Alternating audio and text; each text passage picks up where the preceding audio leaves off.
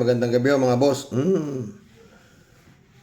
Medyo may malat pa pero okay na, no? Di kagaya kahapon. Oh. Ang dami yung ganap. Butik yan, nakakatawang hindi ko. Ito. Halo-halo topic natin ngayon. Ito, si Sayad. Kampo ni BP Sara. Handa raw. Handa na. Mary Grace Piatos, lalabas na ba? Ito eh. Natanong rin kasi ako kung Ito si Kachupoy. Sino ba to? Si Powa. Ito. ang harapin yung confidential funds including yung mga sinasabi nilang fake names umano like Mary Grace Piato. So ang nasabi lang natin is yes, handa nating sagutin yung mga bagay na yan head on. Alam mo ba sinasabi mo? Mary Grace Piatos, ang dami-dami ng mga peking pangalan nando doon. Ano sabihin mo, handa mo sagutin Mary Grace Piatos? Klase mga ito, no? Handa raw niyang sagutin yung kung sino si Mary Grace Piatos. Ang dami ron. Anong klaseng no? Sabi nga ni Attorney Claire, dapat ito ipadisbar to eh. Itong tao na to. Ayon sa kampo ni Vice President Sara Duterte, handa na raw sila sakaling ayan. Tuloy natin. Isa-isa at punto por puntong sasagutin ni Vice President Sara Duterte ang mga inaakusa sa kanya sa isinampang impeachment complaint. Ayon kay Attorney Michael Powa, isa sa mga abogado ng defense team ng pangalawang Pangulo. Powa pala, kala ko Powa nga. Tuloy. Kasama sa kanilang bibigyang linaw ang mga sinasabing fictitious names o gawa-gawang pangalan na nakasaad umano sa isinumiteng report ng tanggapan ng pangalawang Pangulo sa Commission on Inaccurate ang mga lumalabas na impormasyon na ilalabas nila ang taong sinasabing Mary Grace Piatos bilang bahagi ng kanilang depensa. I think dun sa mga headlines, parang ang lumabas ay iprepresenta o ilalantad ang identity ni Mary Grace Piatos na clearly hindi naman natin binanggit yun. I don't know if it was for clickbait reasons or ano, but mukha namang Hoy, meron kang sinabi. Kahapon, pinanood ko kay Attorney Claire, sabi mo, lalabas mo, ngayon, binabawi mo na naman. Alam mo po nga, mas madali, huwag kalimutan man si Piatos, ang madali mong ilabas, si Shell Jokno, saka si Marian Rivera. Di ba? Ano rin yun? Recipient din yun ng mga confidential fund. Nakalagay yun, mga pangalan, marami pa yan. Meron pang mga, tawag dito, yung mga chichirya. May uwisi pa. Ayaw mo na si Piatos. Para mas masigurado kang meron kang mailalabas, ilabas mo si Shell Jokno saka si Marian Rivera. Dahil meron kayong pangalan nun eh. Huwag ka na magpahirap kay Piatos, si Shell Jokno at si Marian Rivera ang ilabas mo. Andyan lang sila, buhay. Yung mga iba dun di mo alam kung saan mo pinagkukuha eh. Wala nga raw record sa PSI. Na may mga ganong klaseng tao, pero si Shell Jokno at si Marian Rivera, meron. Di ba? Tuloy mo sabi mo. lang ng siguro miscommunication or misinterpretation on those parts. Muling binigyang diin ng abogado ang kahandaan ng defense team na harapin ang lahat ng mga aligasyon laban kay Vice President Duterte. Ganon? Kaugnay nito, napaghandaan na rin nila ang idinagdag ng mga testimonya o revelasyon ni Ramil Madriaga tungkol sa umano'y anomalya sa Department of Education noong ito'y hawak ni VP Sara. Natanong rin kasi ako kung handang harapin yung confidential funds including yung mga sinasabi nilang fake names umano like Mary Grace Piato. So ang nasabi lang natin is yes, handa nating sagutin yung mga bagay na yan head on.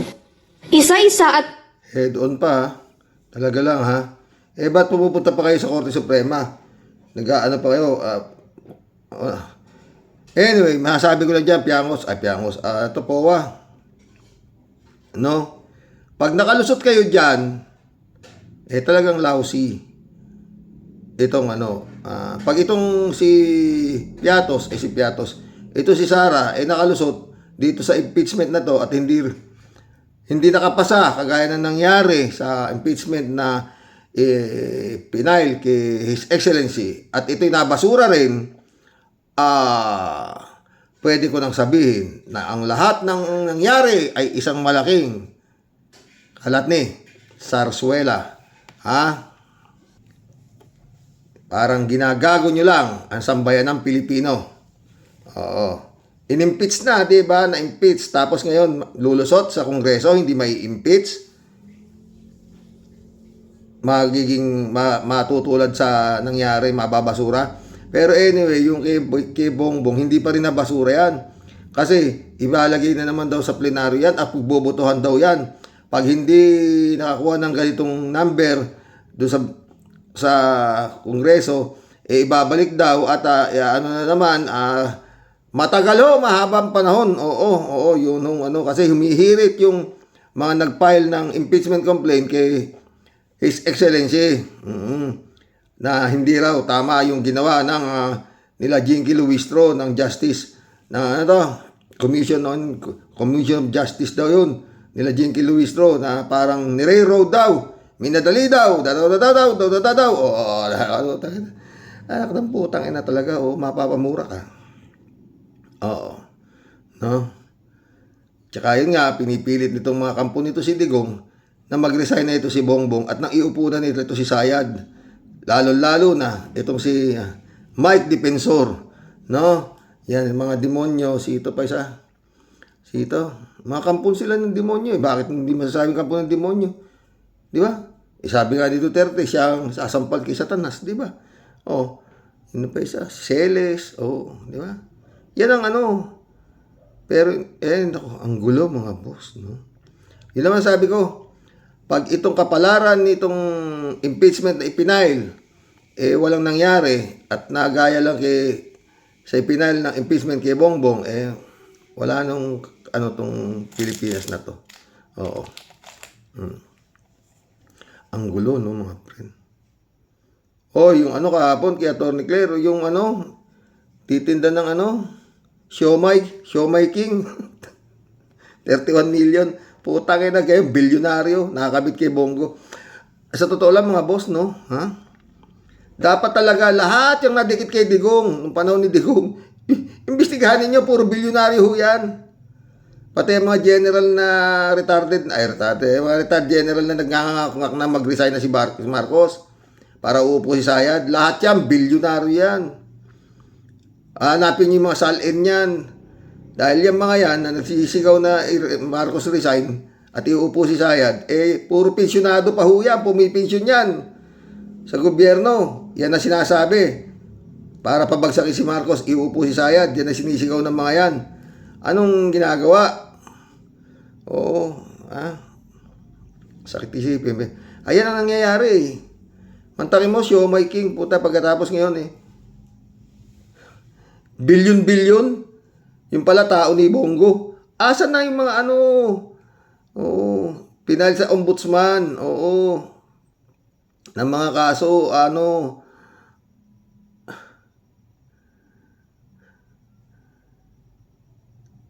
walang ibang pwedeng diinan muna sa ngayon talaga kung hindi itong pamilya ni itong Duterte. Pipris yung mga ari-arian nila Bongo.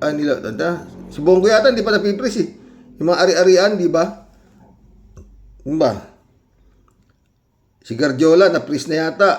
Si Saldico napris na rin. Si napris na rin. Mga lang yan Kumbaga sa chess hindi ho yan ang ulo di ba? Hindi yan ang king, hindi yan ang queen. Pero yung king and queen na nagdi-declare ng 37 million ang kanilang salin at 88 million naman yung isang to si Sayad, wala investigasyon. Yung bank account na sinasabi ni Trillanes, wala pa rin ganagalaw. Kahapon, nakinuno ko kay Atty. Claire, napuyat na naman ako.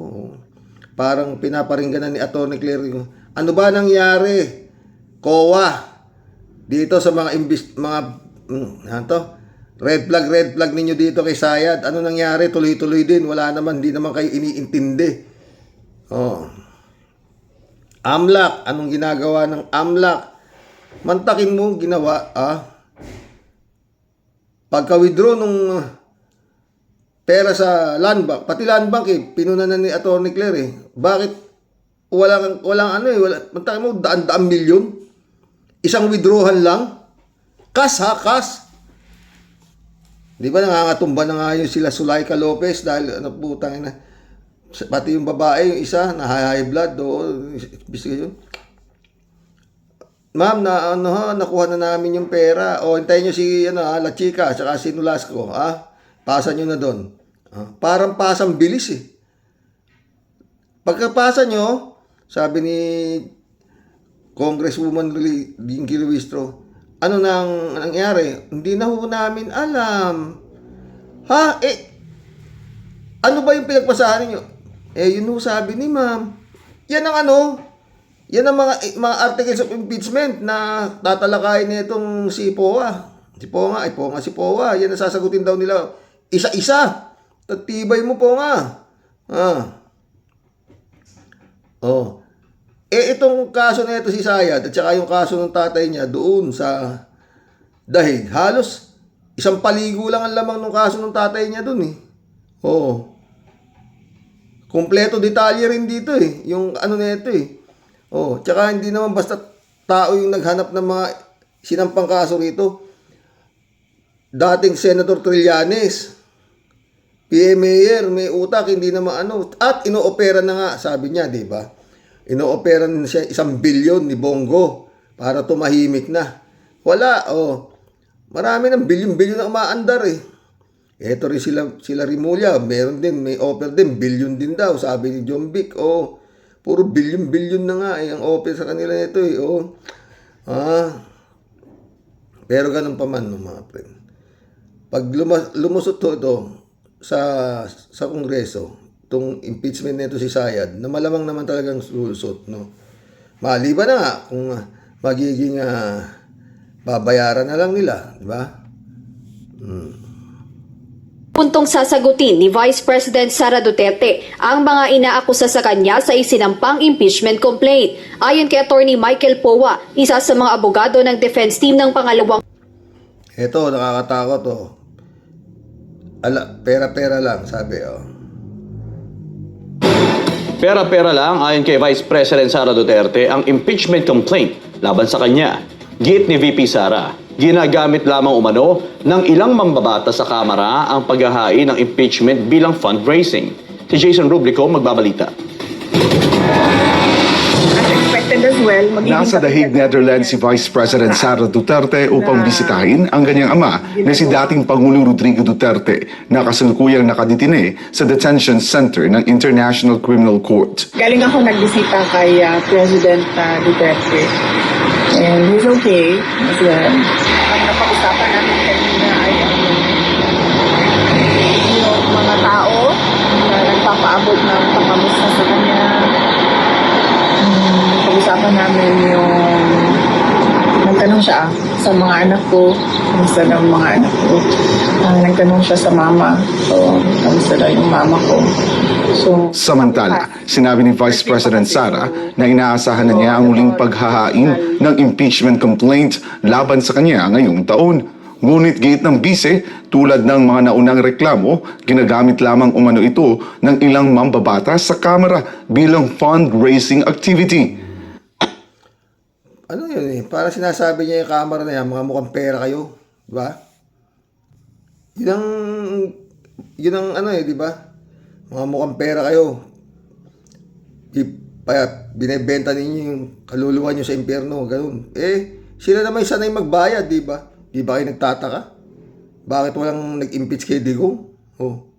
Kaganda-ganda ng ipapalit kay Digong. Kung pina-impeach sila si Digong dahil sa sobrang kawalang ang ginawa ni Digong, sana si BP Leni na ang kapalit. Kaso wala eh. Wala. Pagtyagaan nila yung hari ng impyerno. Lahat ginawa. Winalang niya yung papa, minura ang Diyos. Binaboy lahat eh. Binaboy lahat. Di ba? Sari-sari ho talaga. Ito naman, good news. Mga kababayan, makakalaya na ang Tatay Diggs. Ayan. Ayan.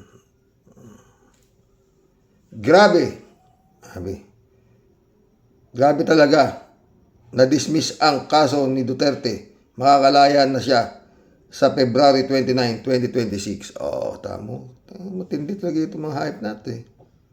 Taki mo, ayan kalagay Makakauwi na siya sa February 29, 2026. Ayan, kalagay. Oh.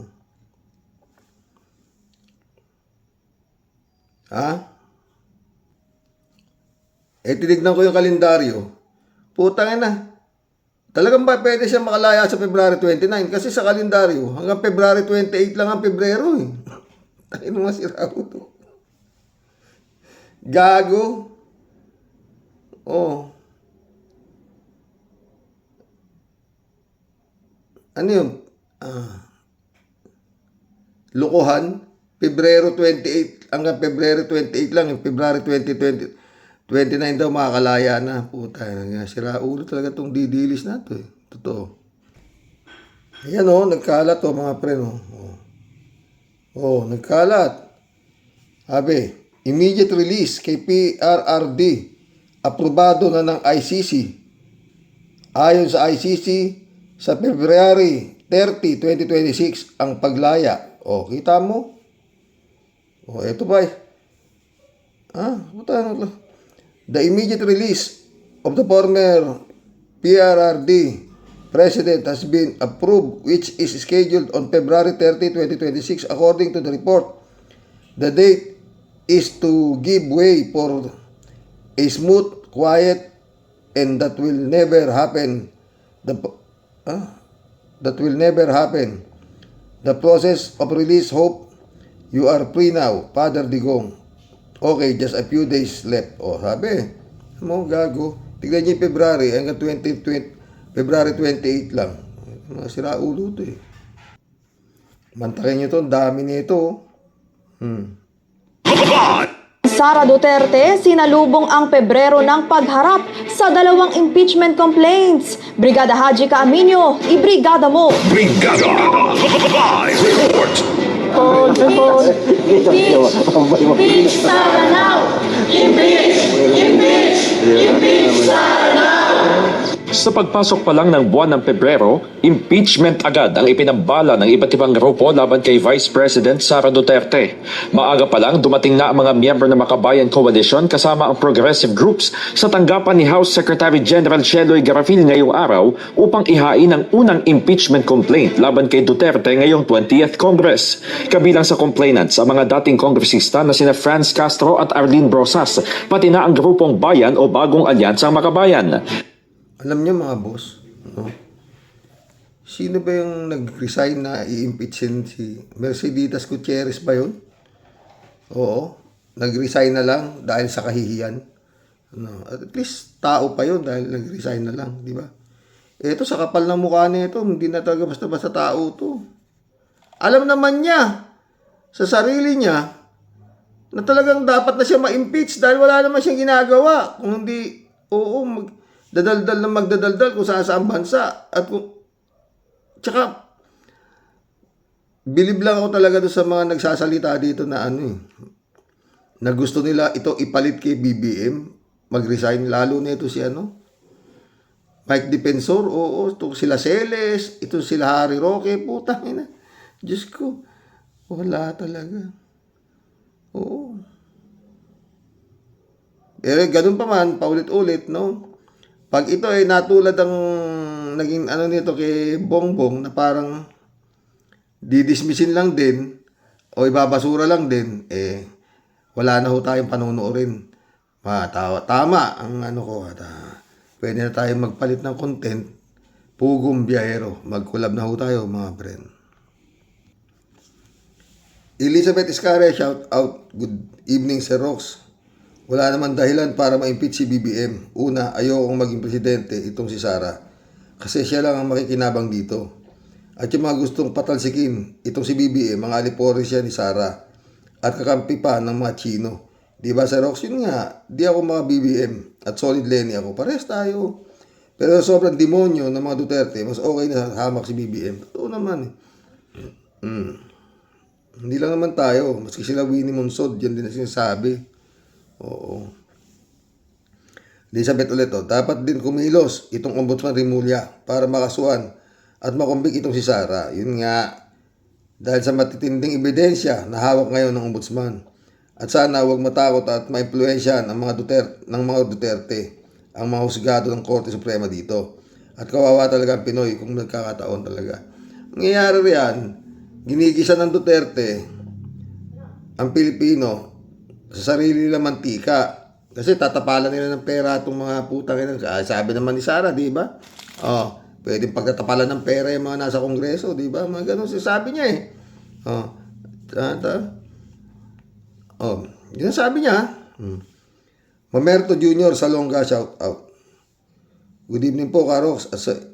Ang ipinaglalaban ng mga yan, yung madaming ninakaw sa kaban ng bayan natin. Nakakalungkot, puro kawatan ang leader ng bansa natin. Nakakalungkot, madaming naghihirap lalo na sa malalayong lugar. Kaya kawawa lalo ang mga nasa laylayan. God bless po. Totoo yan, Mamerto. Michelle Edwin, Mike, shout out my friend. Mamerto ulit. Bakit hindi gumagalaw yung kasong isinampa ni Trillanes? Dapat unahin na nila yan. Ewan ko kung bakit nga ba ganun. Si Blackjack, Blackjack. Chrisop, shout out. Sinadyang huwag galawin ang mga kasong sinampa na lahat hold nila para protektahan si Sayad Lustay. Pinatatagal nila sadya para tumagal lahat pabuti sa 2028. Yun nga eh.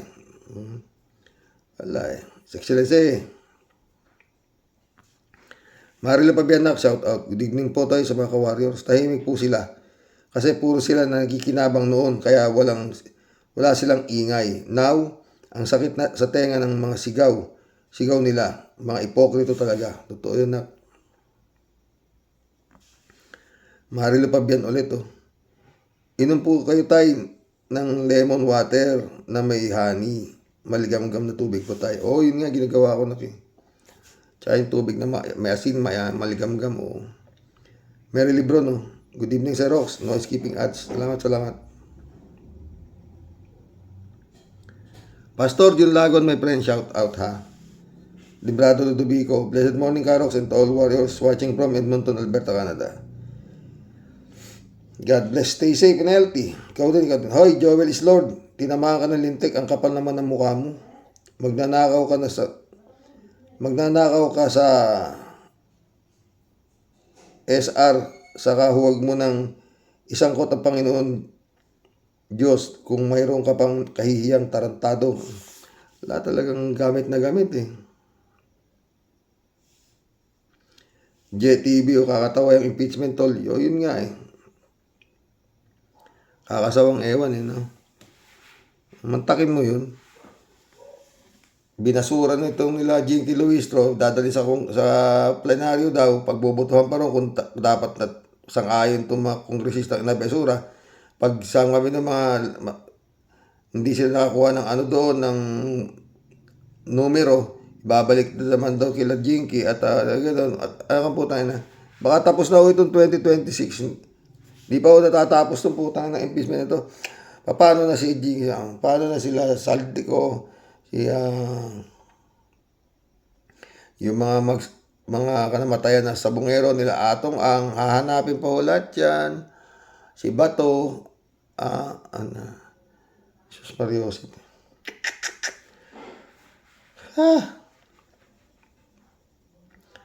Oscar Asoro, shout out.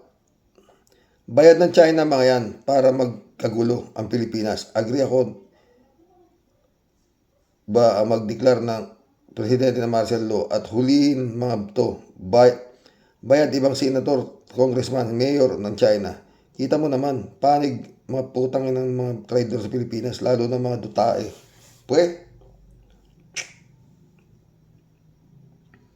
Mapapamura ka talaga, di ba? Oscar ulit muntik na ang Senado, makudita, gagawan pala ng China. Gusto kontrolin na Senado. Ganyan na nangyari sa ibang bansa. At dyan sa Senado, daming traidor dyan. Mga putang ng mga bayaran. Kita naman, panig iba dyan, sa debate nila. Kakahiya kayo, mga traidor po Nga no? David Alin Mendoza, good evening po, Karox. Kasi po, kaya ayaw paimbestigahan ni Digonggong ang family sa kadahilan ng sangkot din siya sa anomalya. Sangkot na nung sangkot, siya mismo yun eh. Sa kanya pumasok yung pera. Kasi nga bata niya si Basi ito, punan itong ginawa niya economic advisor in drug lord. Michael Yang, oo. Ayaw nga po pumirma ng mga senador kasama si Grace po doon sa report ni Senador Dick Gordon. O diba? Doon ako nagulat. Talaga itong Grace po. Wala rin pala ito. Kalat ni Baya, shout out. Wala rin pala.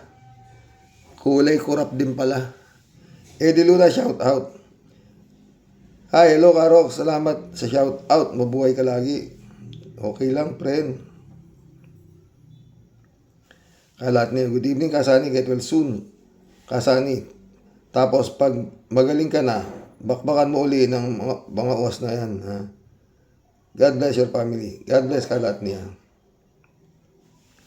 David Oleto, Karoks, magpahinga ka muna kayo para magkaroon kayo ng lakas. Okay lang po yung sa aming mga ka-warriors.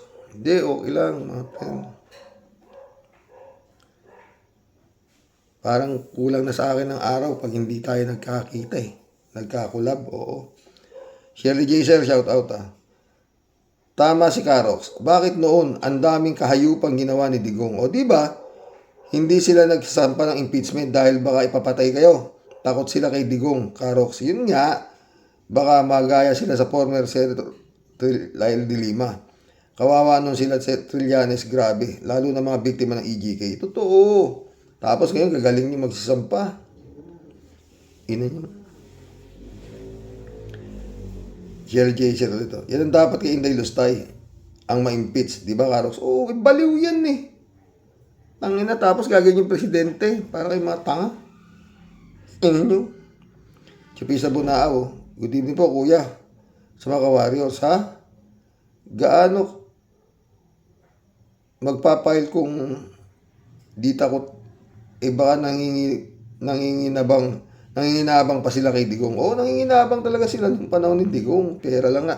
Tapos alam ni Sarah na parang ano lang yung dahil nung panahon ni Digong, lahat yan puro naka-payroll.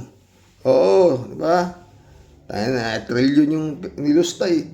Oo. Tsaka yung mga bill ni Digong, tangina, dapat in-fiction lahat yun, siguradong yun. Sabi standard na, ghost pa. Talagang kawawa kay Digong yung bansang Pilipinas, putang ina. Tapos, hindi nyo na, ngayon, Chupisa Bunao. Ewan naman sa ombudsman, bakit tinimbrihan pa si Bato? Anong meron? Hindi ko rin alam. Ngayon, titigas niya pa na meron eh. Marami na nagsasabing wala. Pero sa kanya, tigas sa cellphone ko meron eh. Diba? Chupista ulit lugaw? Lugaw lang? Nagpapakahirap kayo dyan para sa lugaw? Mabuti pang matulog ka na okay. Ang magkamuta ka pa lalo. Ngayon mainit na panahon. Uso na naman ang ubo at sipon. Ito nga eh. Ay ewan, ayaw nilang gumanda ang takbo ng bayan. Totoo yan, Chupista.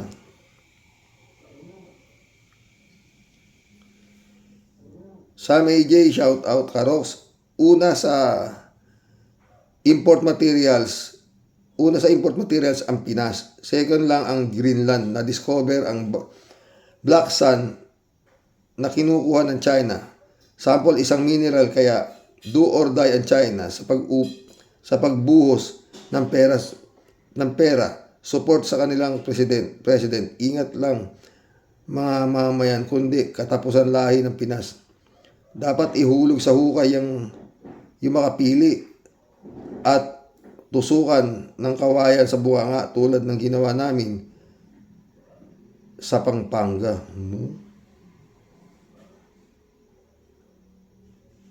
Tusukan ng kawayan ang bunganga tulad ng ginawa namin sa Pampanga.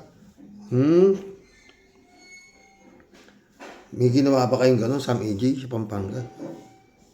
Sam AJ ulit Karox, ingat ka palagi. Anong Gcash send ako? Nireply na ako Ayan salamat pag nag-send ka o tulong na rin yun. To, 091627523886, my friend. 091627523886. Gcash ko yan. Tonic, shout out ka, Rox. Pagaling po kayo. Salamat, Tonic, ha. Rodelia Alpilor, shout out. Hello po, Sir Rox, at sa mga ka-warriors. Mga kabosing, tama sila. Walang konsensya, walang sustansya, eka. Dasal po na tuloy-tuloy na maayos ni BBM ang problema ng ating inang bayan. Sadya nga lang marami ang traidor sa kabinete niya. Totoo. Mula sa umpisa hanggang ngayon, sa dulo pa rin, siya pa rin ang salot, ang digong yan, na yan. Masahol pa sa hayop, mga Dutertaning. Tama po kayo, Sir Rox.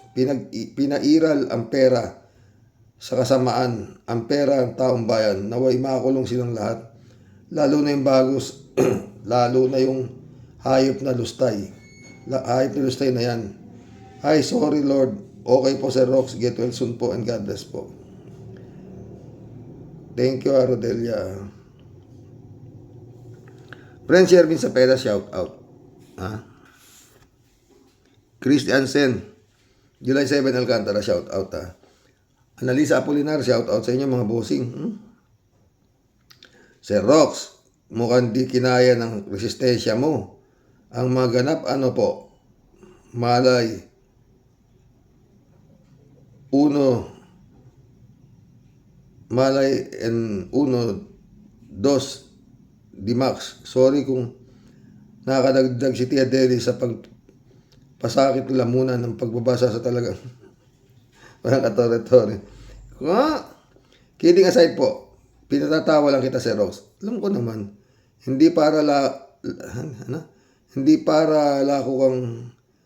lalo kang ubuhin. Pampalipas umay lang, Sir Rox. Maraming salamat sa magandang vibes ni Sister Chupista. Napapatula kasi minsan si Tia Deli, pampaalis yamot lang, Sir Rox. Mahabang salaysayin, bakit mahilig po akong tumula? Sumalangit nawa po ang aking pinakamamahal na nanay. Pero siguro po, baka ipinaglihin niya po ako sa Makatang Francisco Balagtas, ang bayaning napakamakata. Naku, Sir Rox, ayaw kitang ubuhin. Sadyang di muna ako manghahambalos ng galit at kuda po sa ngayon. Inom ka po ng kahit anong citrus with honey. Pagaling ka po. Shout out po sa lahat ng aking mga ka-warriors. Hanggang bukas po muli, Tia Deli lalayas po muna. Muli pong mag-aalis ng topak sa mga ganap. Ingat po, Sir Rox. God bless po. At sana gumaling ka na po agad para makahataw ulit yung Tia Deli. Tawa-tawa. Ang pinakamahabang kuda, tipikal sa Cavite niya, mahilig sa kuda, pero wala namang binatbat. Parang si Blackjack lang.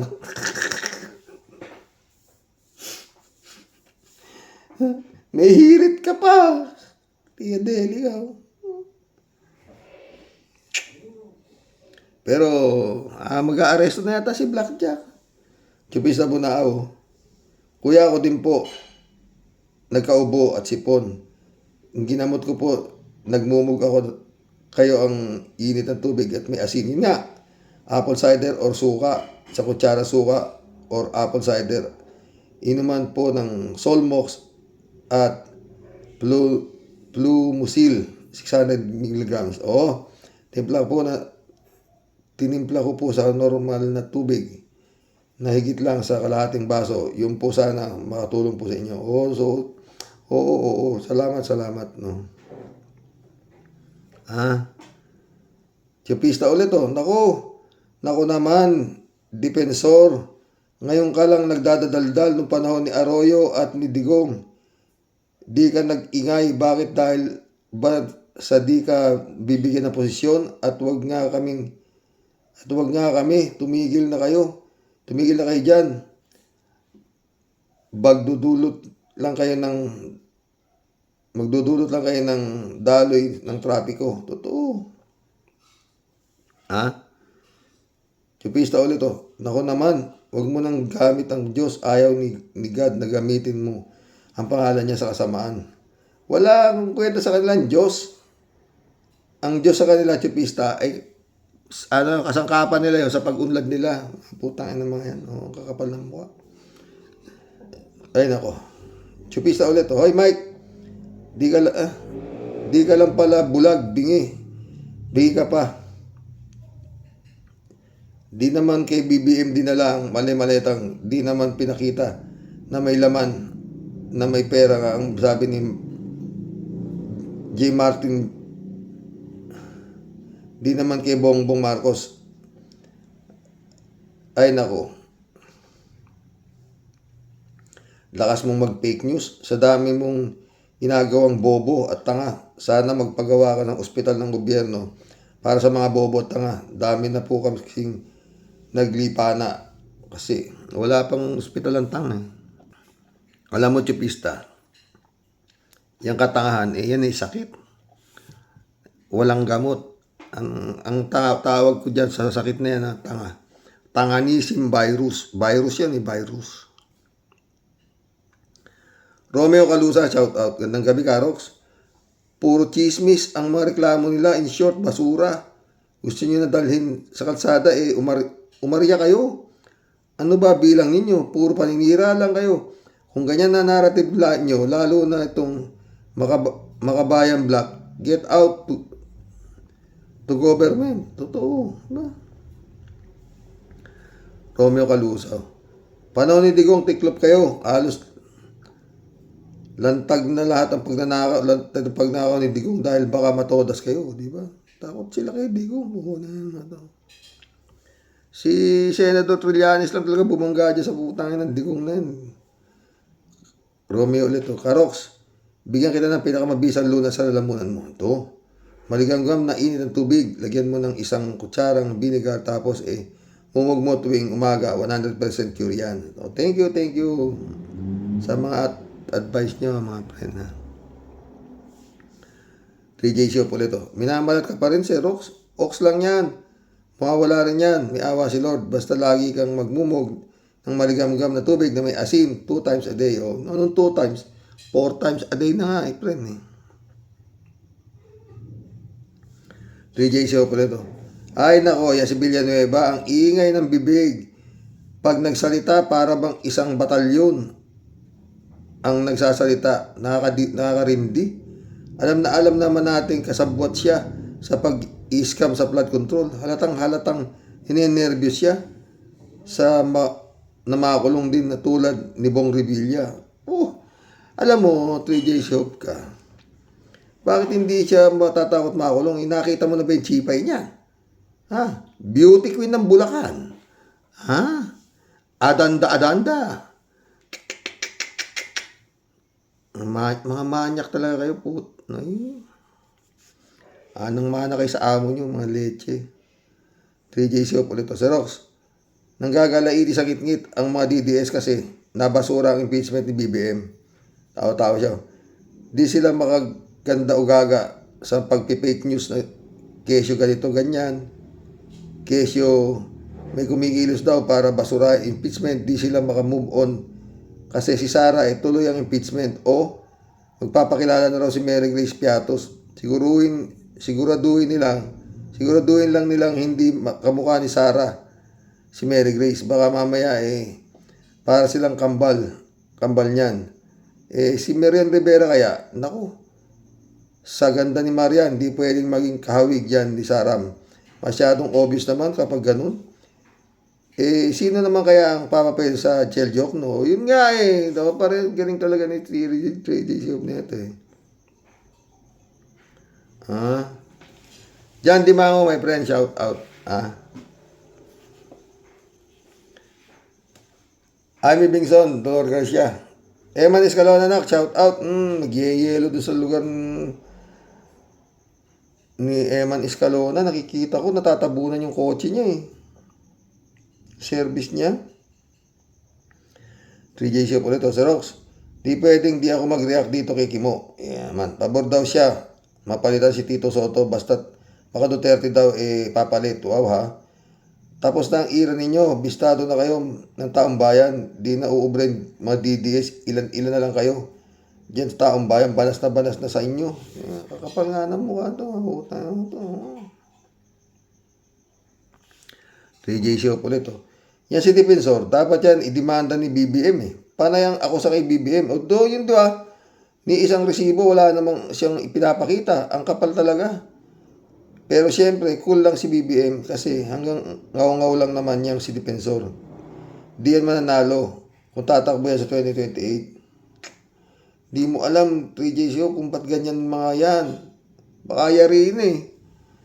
Dahil alam ni Sara na hindi naman siya pwedeng presidente. Bakit nagkangas pa siya? Alam niya naman na walang iya siya. Alam niya kung ano siya. Pero, yung survey na tiling mataas di ba?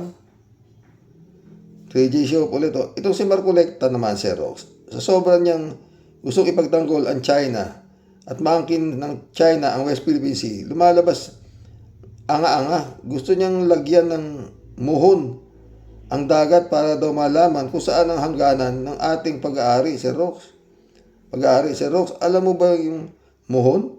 Ang daming mga abogado nag-react dito kay Marcolecta. Muhon! Tangina na Marcolecta naman. Yung muhon sa lupa yun. Ewan ko sa'yo kung anong gusto. Lumalabas na walang alam sa UNCLOS o talaga ng tahasang ini-ignore niya ang UNCLOS ruling. Hindi, talagang alam mo, pag kumampi ka kay Duterte, talagang yung talino, nagiging katangahan yan.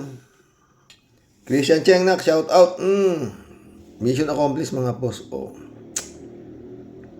Ay, nako. Dasal. Ay, nandito yung dumating kaninang umaga, alas 7. Ang mahal na po, may Jesus Nazareno, dumalaw na naman dito.